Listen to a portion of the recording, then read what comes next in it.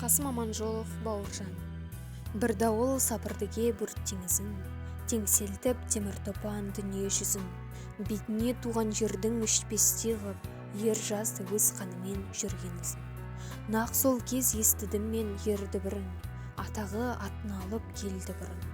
Үстінде туған елдің тұрды толқып, Бауыржан Момышұлы деген бірін. Ақынның ақсұңқардай жүрегі бар, алқындым бір көруге болып құмар. Көктемде күркіреген күн даусын, жер естіп желкілдеген гүл тазар. Қан майдан қаталатып шөлдегенде, кез болдым жалтылдаған екі көлге. Көл емес көздер ғой Бауыржанның, елестеп мың көрінер бір көргенге. Бойы бар бізден гөрі биігірек, тіп-тік боп абыройын тұрған тіреп. Топжара көрінсінде биік иығы туған ел жаратыпты оны ірірек. Бойы бар бірде дауыл, бірде жалын, теңіздей тебіренткен терең жанын. Алғандай бойға жиып бар қуатын, кешегі өзі кешкен оқиғаны.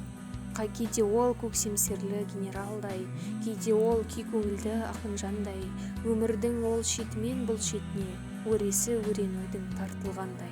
Жанықпас жұмбақ емес бір жасырын, айтады ол тіке қарап жұртқа сырын. Жаратпас жамап жасқап жұрт тескісін, соғады өз дүкені сөз асылын. Ойы бар қиялының қанатында, адаспас апарып бір салсаң тыңға. Бір дәурен ойнап күліп отырғаны, жалтылдап екі көзі қарсы алдыңда. Бауыржан батырым дейді халқым, алыбыш ақын жүрек ердің даңқын.